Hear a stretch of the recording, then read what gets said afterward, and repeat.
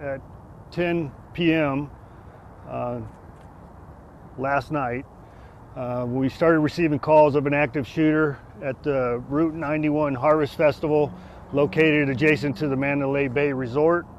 We were receiving information that there was an active shooter that was firing rounds from the 32nd floor, and that individuals that were attending the festival, the number is estimated to be 22,000, were being struck by those rounds. Currently, the Clark County Fire Department is estimating the injuries to be well over 400 and the deaths associated with this event to be over 50. I can't give you an exact number yet because we're still investigating some of the areas involving the event where the concert was taking place, and we're still exiting individuals that were hidden, and it's just a matter of a process. So it's going to take quite a while for us to completely get through the evacuation phase, and then eventually we will have an assessment on the injuries associated with that. Now our suspect was identified as Stephen Craig Paddock, 64 years old, a white male from Mesquite, Nevada. We have no investigative information or background associated with this individual that is derogatory. The only thing we can tell is he received a citation several years ago, and that citation was handled as a matter of normal practice in the court system. Some important things that I need to get out. The family reunification still is taking place here at the Las Vegas Metropolitan Police Department headquarters. So any individuals that are looking for answers for their family members or friends are welcome to come here, and we will provide that information as we get there. The FBI is vital in the assistance of this investigation. As a matter of help, they are providing a 1-800 number, which is 1-800-CALL-FBI. So as the matter of the number is 1-800-225-5324. Now that number is to be utilized for any and all information, especially video information or evidence that we can provide the FBI, and they will be the housing of all that critical information. So if you have anybody that has knowledge through your media sources and they want to provide that information, that's the avenue to go. Once they receive an individual on the other side of the line, they'll walk them through the process, and then we'll get them to the online version so they can download that information. Additionally, the coroner's office, as I repeated before, has set up a number for individuals to call, and that number is 1-866-535-5654. That is for individuals that do not have the ability to come down to the headquarters to discuss their family and friends in person. Now the other critical piece associated with this and any mass casualty event is the need for blood. So United Blood Services have their services set up currently. They are receiving patients or donors at 6930 West Charleston and 601 Whitney Ranch in Henderson. So if you have the ability to donate blood to help the cause, please do so. Additionally, the Laborers Union is offering their facility, their medical facility at 7135 West Sahara for individuals that want to donate blood. And as always, UMC has a pod set up for individuals to go to UMC to donate blood. And that will be the gist of the updates at this time.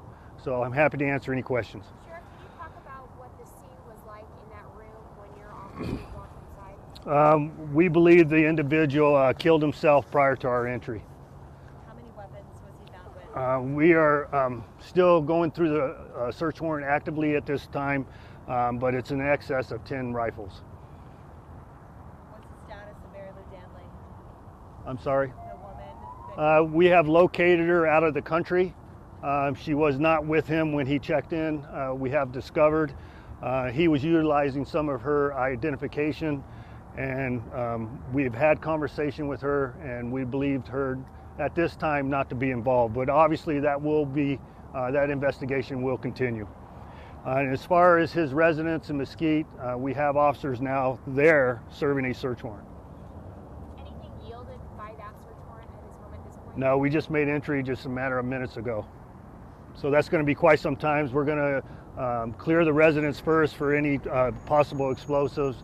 So that'll be slow and methodical, and it'll take us quite some time before we conduct the search phase. Mary Lou Downey, you said she was found out of the country. Did you guys find any weapons on her? No, ma'am. I don't know what has taken place as far as the interview with her. Okay, I think it's important for you to notice who's standing behind me. We have Chief Greg Castle. I'm sorry. I always get caught up with your family.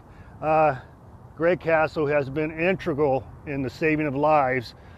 They paired up with our officers out at the scene, and I think their actions and their heroic acts were instrumental in saving several hundred lives associated with this event. And then you have our Attorney General, Adam Laxalt. He's brought forth his office to help us in any future prosecution associated with the case. And you have the Special Agent in Charge, Aaron Rausch of the FBI. As I mentioned, the FBI has been standing next to us from the very first minute, and they are providing all the resources available to the federal government to help us in this endeavor. And then you have the Clark County Commission Chairman, Steve Sisolak. He has been instrumental in getting us resources to the first responders as far as refreshments and food and support of the entire county commission. I have been on the phone the entire night with the mayor, Carolyn Goodman, and she responded to UMC to check on the patients, and she is in the process of visiting the other hospitals and showing the support of the city. And then obviously we have our Congressman Reuben Kuhn. He is in town to also show us our support. So any other questions of the members standing before you? Yes, ma'am. I know at one point you said this was not terror related. Some people do argue that this is a case of domestic terrorism. How do you differentiate this to people at home? Well, we have to establish what his motivation is first, and there's motivating factors associated with terrorism other than a distraught person just intending to cause mass casualty. Before we label with that, it'll be a matter of process. Have you found any information at this point that could yield insight into what that motive was? No, we have not. Documents or computers or anything? No, we have not. We have not located any items within the room or his house at this point. Before entering his room, was there any verbal commands or orders given? Yes, ma'am. It was a matter of normal practice. And whenever we use a dynamic entry.